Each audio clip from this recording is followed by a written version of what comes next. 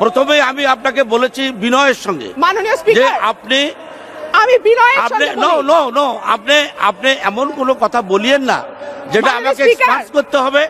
I don't want to expanse, কিন্তু আমাকে যেটা এক্সপান্স করতে হবে এই কথাটা দয়া করে বলবেন না। সেটা আপনার এখতিয়ার মাননীয় আপনি স্পিকার, বসেন, এখানে আমার আপনি কিছু বসেন, করবার নেই। Please sit down. মাননীয় স্পিকার, এটা আপনার এখতিয়ার, এখানে আমার কিছু করবার নেই।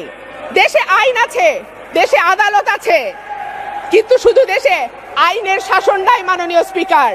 শাসন আছে, আইন আছে, আইনের শাসন নাই। যে কারণে মানবাধিকার সংস্থাগুলো বলছে যে গত 1 বছরে বিচার বহির্ভূত হত্যা হয়েছে মাননীয় স্পিকার 450টি। এই বিচার বহির্ভূত হত্যা মতো জঘন্য ঘটনা কোন সভ্য রাষ্ট্রে চলতে পারে না মাননীয় স্পিকার। মানবাধিকার সংস্থা আইন ও সালিশ কেন্দ্রের রিপোর্ট মতে গত 1 দশকে গুম হয়েছে 600-র উপরে মানুষ। মাননীয় স্পিকার, আমার সুযোগ হয় মাঝে মাঝে এই গুম হয়ে যাওয়া পরিবারের সদস্যদের সঙ্গে বসবার জন্যে। তারা মাননীয় স্পিকার এখন শুধু লাশ চায়, একটু কবর যেতে দিতে পারে, যেন মহান রাব্বুল আলামিনের দরবারে তাদের জন্য দোয়া করতে পারে, শুধুমাত্র সেইটুকু সুযোগ তারা চায়। মাননীয় স্পিকার, গত 1 মাসে মৃত্যু উপত্যকা বাংলাদেশে হত্যাকাণ্ডের শিকার হয়েছে 168 জন। বাংলাদেশ এখন ধর্ষণের রঙ্গমঞ্চ। আমার দুঃখ লাগে মাননীয় স্পিকার, এতগুলো নারী সদস্য আছেন, তারা কেউ ধর্ষণ নিয়ে কথা বলেন না। মাননীয় স্পিকার, বাংলাদেশ এখন 1 বছর থেকে শুরু করে 100 বছরের বৃদ্ধা, 100 বছরের বৃদ্ধা মাননীয় স্পিকার, সারা পৃথিবীতে এই নজির নাই। ধর্ষণের শিকার হয়, কোনো বিচার হয় না। যারা ক্ষমতার সঙ্গে যুক্ত, কোনো না কোনো ভাবে ক্ষমতার সুবিধাভোগী মাননীয় স্পিকার, তারাই এই ধর্ষণের সঙ্গে জড়িত। আমি ছোট্ট একটা পরিসংখ্যান দেই। এই বছর 2019 সালের প্রথম 4.5 মাসে মাননীয় স্পিকার 346 জন শিশু ধর্ষণের শিকার হয়েছে। এই সময় 1490 জন শিশু বিভিন্ন ধরনের নির্যাতন এবং সহিংসতার শিকার হয়েছে। এর মধ্যে 470 জন শিশু যৌন নির্যাতনের শিকার হয়েছে। মাননীয় স্পিকার, অর্থনৈতিক খাত এখন হুমকির মুখে।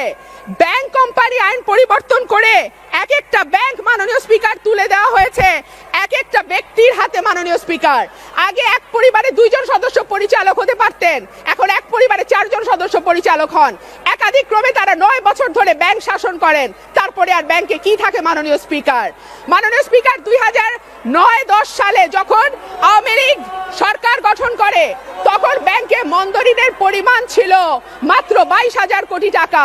সেই মন্দরিন আজকে বেড়ে দাঁড়িয়েছে 1,10,000 কোটি টাকা। এর সঙ্গে যদি অপলোপন যুক্ত করেন মাননীয় স্পিকার, তাহলে ব্যাংকে মন্দরিনের পরিমাণ 1,55,000 কোটি টাকা। কি ভয়াবহ কথা মাননীয় স্পিকার! এই মন্দরিন কারা নিয়েছে সেই তালিকা প্রকাশ করা হোক মাননীয় স্পিকার। আমরা বাজেট দিচ্ছি, এই বাজেটের টাকাগুলো কোথায় যায়, কাদের হাতে যায়, কোন খাতে যায় মাননীয় স্পিকার, তার তালিকা প্রকাশ করা হোক। আপনি নিশ্চয়ই ডক্টর মইনুল ইসলামের নাম জানেন মাননীয় স্পিকার। তিনি বিশিষ্ট অর্থনীতিবিদ এবং তিনি তার নিজের কলামেই স্বীকার করেছেন যে তিনি নৌকা মার্কায় ভোট দেন। তিনি তার কলামে লিখেছেন, বাংলাদেশের সমস্ত মন্দরিন যদি যোগ করা হয় তার পরিমাণ দাঁড়াবে 3.5 লক্ষ কোটি টাকা মাননীয় স্পিকার। কি বিভৎস কথা! গ্লোবাল ফাইন্যান্সিয়াল ইন্টিগ্রিটি বলছে যে গত 10 বছরে বাংলাদেশ থেকে পাচার হয়ে গেছে 6.5 লক্ষ কোটি টাকা। এই টাকা মাননীয় স্পিকার মালয়েশিয়ায় সেকেন্ড হোম তৈরি হয়, এই টাকায় কানাডার বেগমপাড়া তৈরি হয়, এই টাকায় পানামা পেপারসে আমাদের নাম আসে মাননীয় স্পিকার, কিন্তু আমরা বিচারের মুখোমুখি দাঁড় করানো হয় না। এই দেশে কেন্দ্রীয় ব্যাংক লোপাট হয়, বিচার হয় না। এই দেশে ভল্টের সোনা তামা হয়ে যায়, তদন্ত হয় না। এই দেশে পাথর গায়েব হয়ে যায় মাননীয় স্পিকার, 15 লক্ষ টন কয়লা নাই হয়ে যায় মাননীয় স্পিকার, কোন রকমের কোনো বিচারের মুখোমুখি করা হয় না মাননীয় স্পিকার। বাংলাদেশে সড়ক, রেল কিংবা উড়াল সেতু নির্মাণ করতে যে পরিমাণ খরচ হয় তার কয়েক গুণ কম খরচে মাননীয় স্পিকার সড়ক, রেল বা উড়াল সেতু তৈরি হয় ভারত, চীন কিংবা ইউরোপের দেশগুলোতে। এবং কাজের মান সম্পর্কে আর কি বলবো মাননীয় স্পিকার, যেই রকম সড়ক দুর্ঘটনা ঘটে, যেই অবস্থার মধ্যে আমরা পড়ি, তাতে খুব স্পষ্ট হয়ে যায় বাংলাদেশের সড়কগুলোর কি অবস্থা মাননীয় স্পিকার। বাংলাদেশের অর্থনৈতিক খাত বলেন, বাংলাদেশের মানবাধিকার পরিস্থিতি বলেন, বাংলাদেশের প্রতিষ্ঠানগুলোর সক্ষমতার কথা বলেন মাননীয় স্পিকার, প্রত্যেকটির অবস্থা খারাপ থেকে খারাপতর দিকে যাচ্ছে।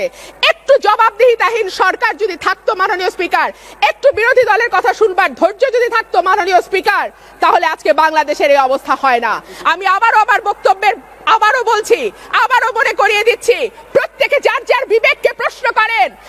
কি জনগণের প্রত্যক্ষ ভোটে নির্বাচিত হয়েছেন? আপনারা কেউ জনগণের প্রত্যক্ষ ভোটে নির্বাচিত হন নাই। সুতরাং যখন সত্য কথা একজনও বলে, মাননীয় ধন্যবাদ, ধন্যবাদ মাননীয় সদস্য, আপনাকে অসংখ্য ধন্যবাদ। মাননীয় সদস্য, আপনাকে ফ্লোর দেওয়ার সময় আমি বিনয়ের সঙ্গে বলেছিলাম যে আপনি নির্দিষ্ট সময়ের মধ্যেই বক্তব্য শেষ করবেন। আবারও পরে বলেছি যে আপনি সম্পূরক বাজেটের উপরে বক্তব্য রাখবেন। আপনি সম্পূরক বাজেটকে বাদ দিয়ে আপনি যে সমস্ত বিষয়গুলোতে বক্তব্য রেখেছেন এবং যে সমস্ত আনপার্লামেন্টারি ওয়ার্ড এখানটায় ইউজ করেছেন, প্রত্যেকটি ওয়ার্ড, প্রত্যেকটি সেন্টেন্স এই প্রসিডিংস থেকে এক্সপান্স করা হলো।